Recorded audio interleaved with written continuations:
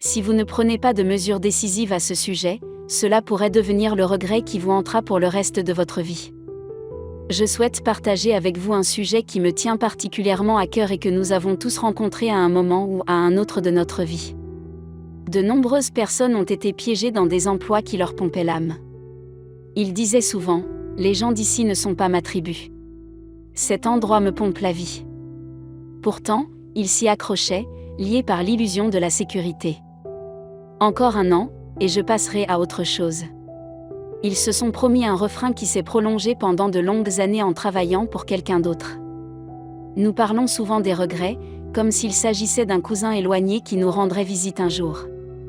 Mais en réalité, le regret est le voisin qui vit déjà à côté, attendant le moment de s'immiscer dans votre vie. J'ai entendu de nombreuses histoires de regrets de la part de mes amis. Je regrette de ne pas avoir renoncé à l'amour. J'aurais dû accepter ce travail. J'aurais aimé voyager davantage. Pourtant, le regret le plus profond et le plus obsédant n'est pas lié au fait de faire ou de ne pas faire quelque chose. Il s'agit de la trahison de ce que l'on est. Nombreux sont ceux qui réalisent trop tard qu'ils ont passé leur vie à vivre le rêve de quelqu'un d'autre. Le regret de ne pas avoir vécu leur véritable identité et de ne pas avoir suivi leur véritable vocation, leur passion et leurs rêves les a hantés jusqu'à la fin de leur vie. Nous, les humains, sommes conçus pour le confort et la sécurité. Notre esprit est prêt à tout pour éviter les risques, les difficultés et les chemins inconnus.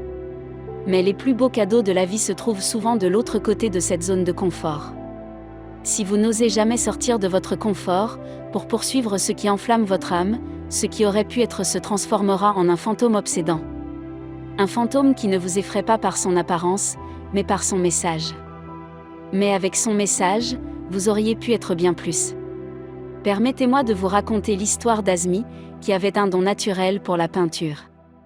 Lorsqu'elle peignait, elle avait l'impression que l'univers avait un sens et que quelque chose de divin guidait ses mains. Mais elle a poursuivi un travail dans le marketing, parce que c'est ce que ses parents lui ont recommandé. Et c'est ce qui lui semblait le plus judicieux. 20 ans plus tard, May réussit bien dans sa carrière, mais elle n'est pas épanouie. Lorsqu'elle regarde une toile, elle ne voit pas un monde de possibilités, mais l'image obsédante de ce qui aurait pu être. Je ne dis pas qu'il est trop tard pour un CV, il n'est jamais trop tard. Mais pourquoi perdre du temps ? Si vous savez au fond de vous ce qui vous fait vivre, poursuivez-le comme si votre vie en dépendait, car d'une certaine manière, c'est le cas. Lorsque les gens approchent de la fin de leur vie et réfléchissent à leur passé, ils expriment souvent 5 regrets communs. Les recherches et les entretiens ont montré qu'il s'agit du fait de ne pas avoir eu le courage d'être fidèle à soi-même, de travailler trop dur, de ne pas exprimer ses sentiments, de ne pas rester en contact avec ses amis et sa famille et de ne pas se laisser aller au bonheur. Remarquez que la plupart de ces regrets n'ont rien à voir avec les risques que nous évitons habituellement. Ils concernent le fait de ne pas prendre de risques. Ce sont des regrets liés à l'inaction, et non à l'action. La plupart du temps, cette déconnexion provient d'un mot de 4 lettres, la peur. Qu'en est-il pour vous ? Vivez-vous votre vie comme vous l'entendez ? Ou êtes-vous l'otage de vos peurs ?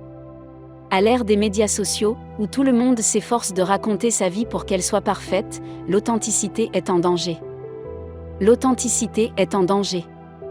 Nous montrons le monde de la fausse identité. Pas nécessairement parce que nous sommes fourbes, mais souvent parce que nous sommes perdus. Nous répondons à la question « Qui suis-je ?», par des étiquettes telles qu'ingénieur, père blanc, médecin, sans comprendre que notre identité n'est pas liée à des rôles. Il ne suffit pas d'exister. Il faut vivre et vivre authentiquement. Il faut faire preuve d'introspection. Demandez-vous ce qui alimente mon esprit. Quelle est ma véritable passion, celle que je poursuis au cœur de la nuit, lorsque le reste du monde est endormi ? Je ne parle pas d'une passion pour ce que vous faites, mais d'une passion qui fait partie intégrante de ce que vous êtes. Quelle est cette passion ? Si vous avez quelque chose qui vous passionne, poursuivez-le comme s'il n'y avait pas de lendemain. Si vous ne l'avez pas encore trouvé, faites preuve de curiosité, comme un chasseur de trésors. Fouillez parmi les nombreuses possibilités qu'offre la vie jusqu'à ce que vous trouviez le joyau qui résonne avec votre essence. Comme l'a dit Steve Jobs, votre travail occupera une grande partie de votre vie. Et la seule façon d'être vraiment satisfait est de faire ce que vous considérez comme un excellent travail. La seule façon de faire du bon travail est d'aimer ce que l'on fait. D'un point de vue spirituel, nombreux sont ceux qui pensent que nous sommes tous ici pour une raison, un but unique. Lorsque nous n'honorons pas ce but, nous ne nous rendons pas seulement service à nous-mêmes, mais aussi au monde entier. Le rêve que vous avez, la passion qui enflamme votre âme pourrait être exactement ce dont le monde a besoin. En vous retenant, vous privez le monde d'un cadeau précieux. Ne laissez pas quelqu'un d'autre écrire le scénario de votre vie. Écrivez votre propre histoire. Laissez votre héritage. Je vis en accord avec moi-même. Plutôt que d'avoir l'écho mélancolique des regrets comme note finale de votre vie. Le temps passe, mes amis. Et il n'attend personne. Voyez les moments que vous vivez maintenant parce que demain n'est pas promis. Osez être le héros de votre propre épopée. Une façon de vivre authentiquement, courageusement et joyeusement. Après tout, c'est votre seule et précieuse vie, faites en sorte qu'elle compte. Comment changer l'histoire ? Tout d'abord, écoutez votre voix intérieure. Pas la voix qui énumère 1 million de raisons pour lesquelles quelque chose ne fonctionnerait pas. Écoutez la voix qui vous fait vous sentir vivant lorsque vous rêvez d'une certaine voix. Parfois, il s'agit d'un murmure. Parfois, c'est un feu rugissant à l'intérieur. Mais elle est toujours là, attendant que vous agissiez. Deuxièmement, faites de petits pas, mais faites-les de manière cohérente. Vous n'êtes pas obligé de quitter votre emploi demain et de déménager à Hollywood pour devenir acteur. Mais vous pouvez peut-être commencer par rejoindre un club de théâtre local. Vous n'arriverez jamais à destination si vous ne commencez pas à marcher. Ne marchez pas seul. Trouvez votre tribu, des personnes qui soutiennent et partagent vos rêves et vos ambitions. Le chemin vers votre rêve peut être ardu. Mais le fait d'avoir des gens qui partagent la charge le rend beaucoup plus facile à gérer. Enfin, ayez le courage d'échouer. N'oubliez pas que l'échec n'est qu'un tremplin vers la réussite. Michael Jordan a dit un jour, « J'ai échoué encore et encore et encore dans ma vie. Et c'est pour cela que je réussis. » Je voudrais vous laisser sur cette pensée. Ce ne sont pas les défis ou les échecs qui vous hanteront, mais les rêves que vous n'avez pas poursuivis et vécus de manière authentique. Alors, poursuivez-les.